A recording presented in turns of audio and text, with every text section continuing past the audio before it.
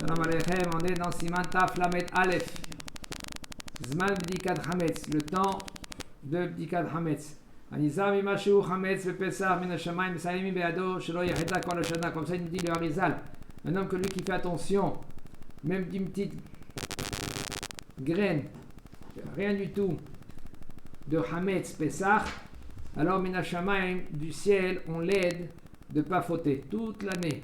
Parce que même que selon la halakha, quand est-ce qu'il est hayab, s'il va manger quelque chose qui est important, Zayt, Hametz, ou par exemple s'il a chez lui à la maison, Baliray ou Balimatsé, mais il a Kazayt, moins que cela, il n'y a pas de Yissou Karet, c'est seulement maintenant, et on nettoie, on fait attention et tout cela. Un homme que lui qui fait attention à une petite graine, alors maintenant on l'aide pour Pessah pendant toute l'année de ne pas fauter. C'est ça qui nous dit le Harizal.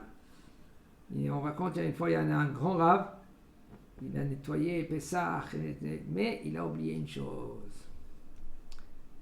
Quand il a mangé la galette, la nuit, après le Seder, on est venu dans son rêve, et ils lui ont fait montrer que lui qu'il a fauté. C'est pas une faute que c'est une faute, que selon il a transgressé la halakha. Non, il n'a pas transgressé la halakha. Mais sauf, il a oublié se brosser les dents après qu'il a mangé le repas du matin. Et quand lui maintenant il a mangé la galette elle est partie vers où il y avait un trou dans la dent, il y avait un morceau de hametz, et il a mangé le hametz pendant Pessah. Okay. Comment il faut faire très attention avant, c'est vrai qu'il n'a pas transgressé, mais sauf, okay, il n'a pas la protection que lui, qu'il a dit le Harizal. De la reine, c'est pour cela, la veille du 14 Nissan, on a l'habitude de nettoyer toute la chambre, toutes les chambres, les frigos, pour pas qu'il va rester du hametz. Il faut regarder, il faut être intelligent. Il ne faut pas, quand quelqu'un maintenant il va commencer à nettoyer la maison de Pessah, il ne va pas nettoyer parce qu'il a l'habitude de nettoyer comme tous les années. Il faut qu'il s'assoie et il faut nettoyer où on a l'habitude du mettre en hametz. Tu cherches, qu'est-ce que tu cherches, monsieur, madame, qu'est-ce que vous cherchez? Hametz. La poussière, c'est pas du hametz. Où on va chercher? Tu vas chercher dans les armoires, dans les jouets, dans les cartables. Des fois, si tu as des enfants, que eux, tu caches le chocolat, ou les chocolats, ou les gaufrettes, parce que les enfants, ils trouvent tout. Alors là, vraiment, tu as intérêt de bien être chercher le hametz dans ta chambre ou dans les endroits que tu as. Des fois, un homme, il cache les choses, il a oublié ou il a caché. Alors là, cherche dans le hametz. Maintenant, il faut chercher le hametz. Maintenant, combien de fois maintenant dans les petites voitures, les petits enfants, ils s'amusent avec les petites voitures, ils mettent du pain dedans. C'est dommage. Pendant Pessah, ce ne sera pas sourd, mais quand même, si le petit maintenant il va prendre un morceau de hametz, toi tu es obligé maintenant de faire attention, ou toi tu as chez toi à la maison du hametz, et il tombe, toi sans faire attention, tu as touché avec ta main, et après tu mets la main dans ta bouche, ou tu fais à manger, etc. Tout cela, ça prend soin avant, ça veut dire réfléchir. Et je dis tout le temps, ça, Maïnaf Kamina, quand un homme, lui, maintenant, il se prépare, quoi vérifier, comment nettoyer la maison. Plus nettoyer, c'est la cuisine.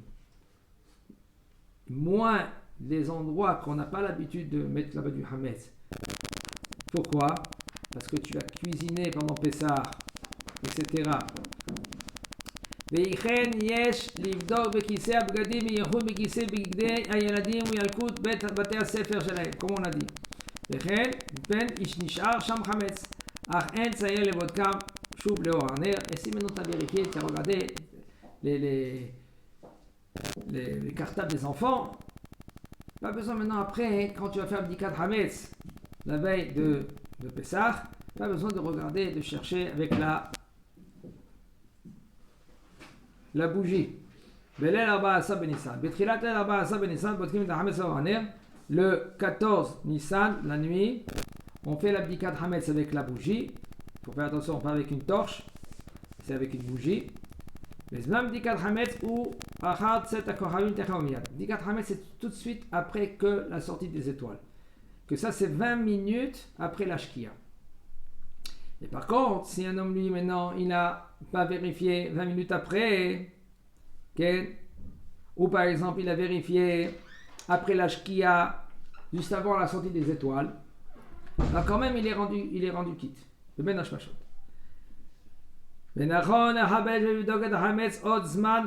Et c'est bien et c'est conseillé de vérifier, même après la tombée de la nuit. Assour de manger une séouda, on parle de séouda de pâte ou de pain, avant que tu as vérifié le hametz. Le pain, on parle de 56 grammes. Ahel michatzi sha'a, avant l'ashkia, avant l'abdika, excusez-moi. Avec une torche, vous avez dit? Non, à faux, c'est avec une bougie, pas une torche. Entre parenthèses, même qu'après qui va nous dire ça le Rav, mais entre parenthèses, je vous dis, quand je dis avec une bougie, il faut vérifier avec une bougie. Il y a des endroits que tu ne peux pas rentrer avec une bougie.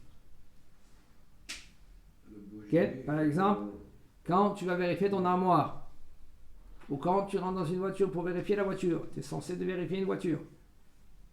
Après, quand tu as fait l'abdikat Hametz chez toi à la maison, tu n'annules pas le Hametz tant que tu n'as pas vérifié la voiture. La voiture, il faut la laver avant. Okay? Il faut que tu vérifies aussi devant ton palais. Il faut que tu vérifies maintenant tout. Si maintenant tu habites qu'avec des juifs, vous êtes censé à vérifier tout le palais, tous les palais, tout le bâtiment. C'est du Hametz, c'est pas de Hametz, etc. Suite à ta bracha, alors vous divisez les étages. Chacun il regarde en face de sa maison. Et suite à ta bracha que tu as fait déjà, tu as vérifié chez toi. Après que tu as vérifié chez toi, tu vérifies devant ta maison. Et après, tu descends en bas. Alors maintenant, dans ces coins-là, tu ne peux pas y aller avec une bougie. C'est dangereux. Ne t'amuse pas avec aussi. Alors qu'est-ce qu'il faut faire? Prends une torche, une lampe. Il n'y a aucun problème.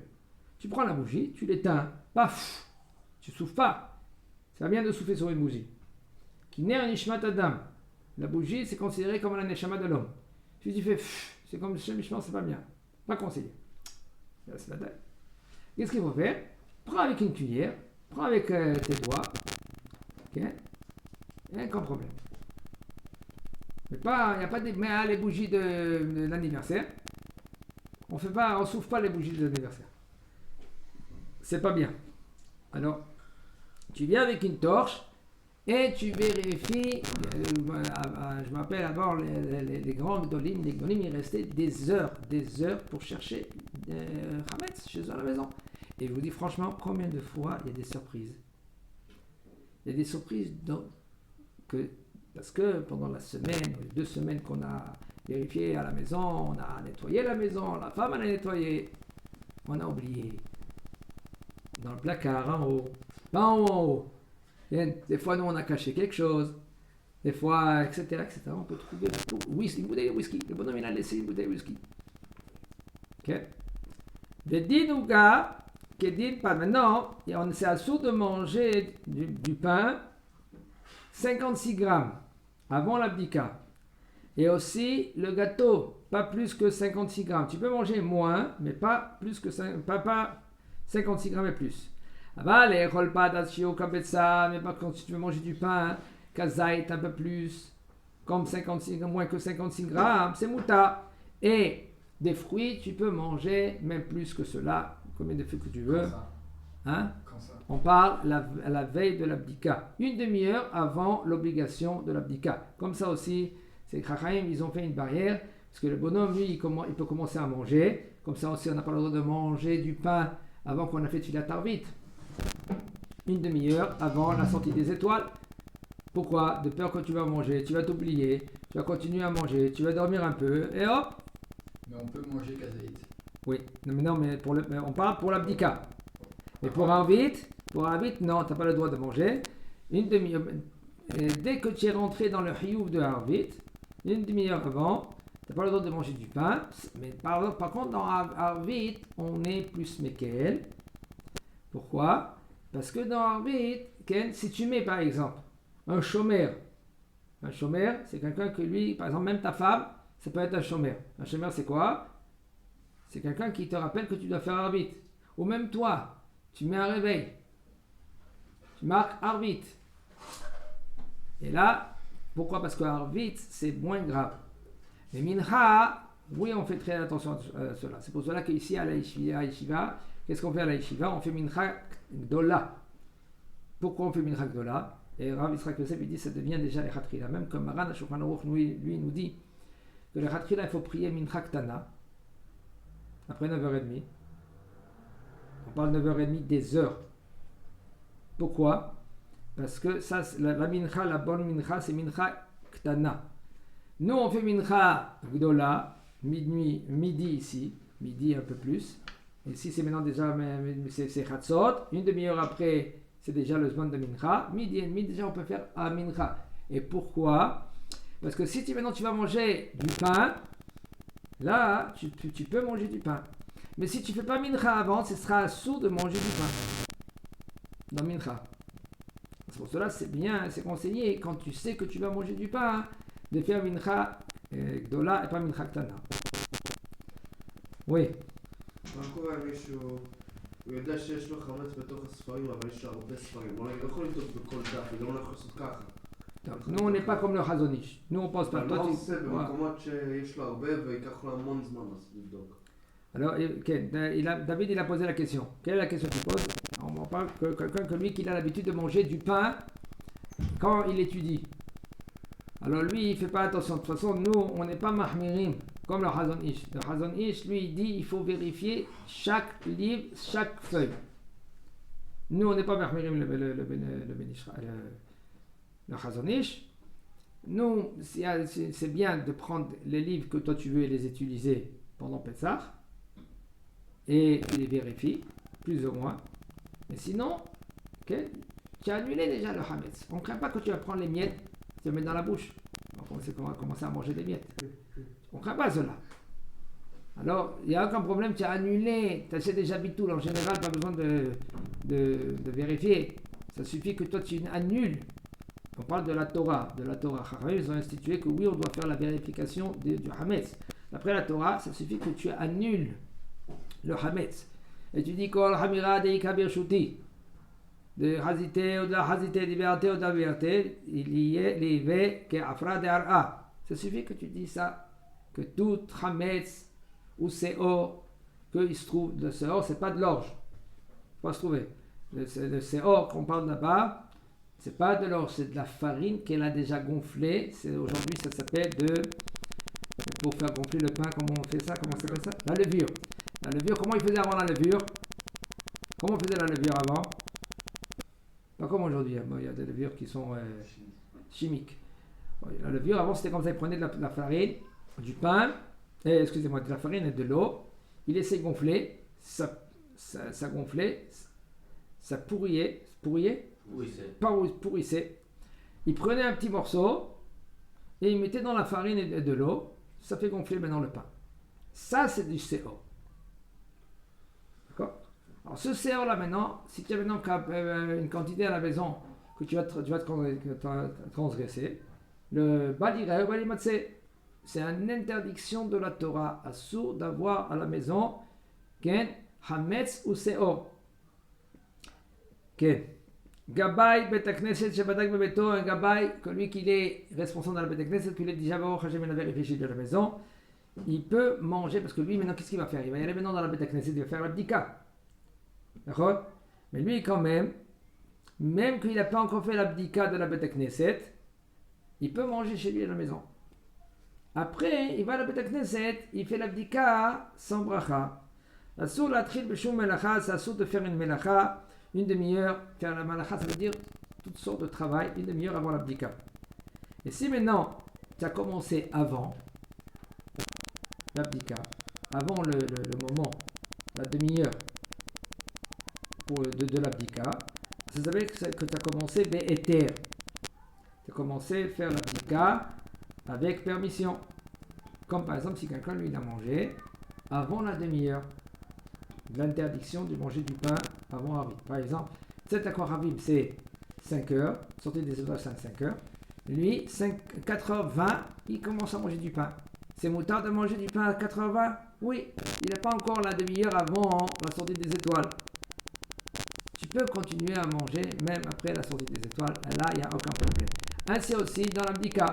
Si par exemple cet accord Ravim c'est 5 heures, la sortie des étoiles c'est 5 heures, et l'interdiction c'est 4h30, il a commencé à faire une mélacha, un travail 4h20, il n'y a aucun problème, tu peux continuer, parce que tu n'as pas commencé Be'issou.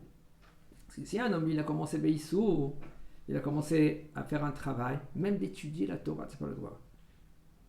Même d'étudier la Torah. C'est pas le droit seulement si maintenant il y a le Rav, que lui qui va te rappeler. Le Rav il va nous dire ça, il va te faire rappeler, il va arrêter au shiur, il va dire à tout le monde rentrez chez vous. Après il sait que tout le monde ils vont revenir.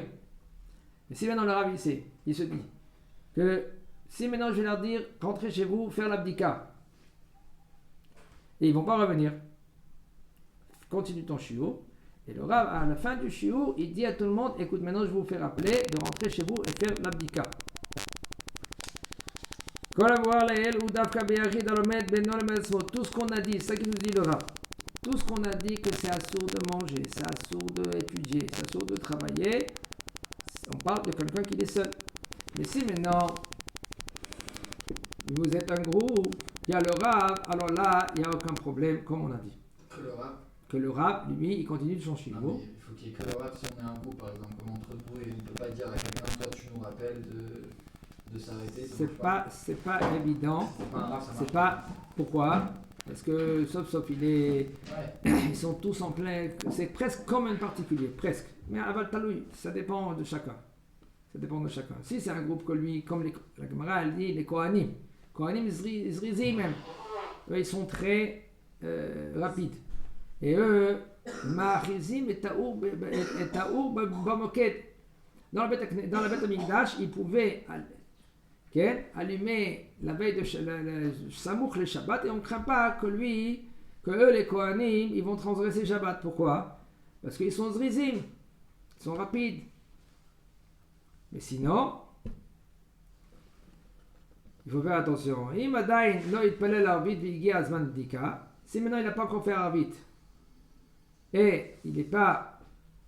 Et puis quand même, c'est arrivé le temps de faire l'abdika.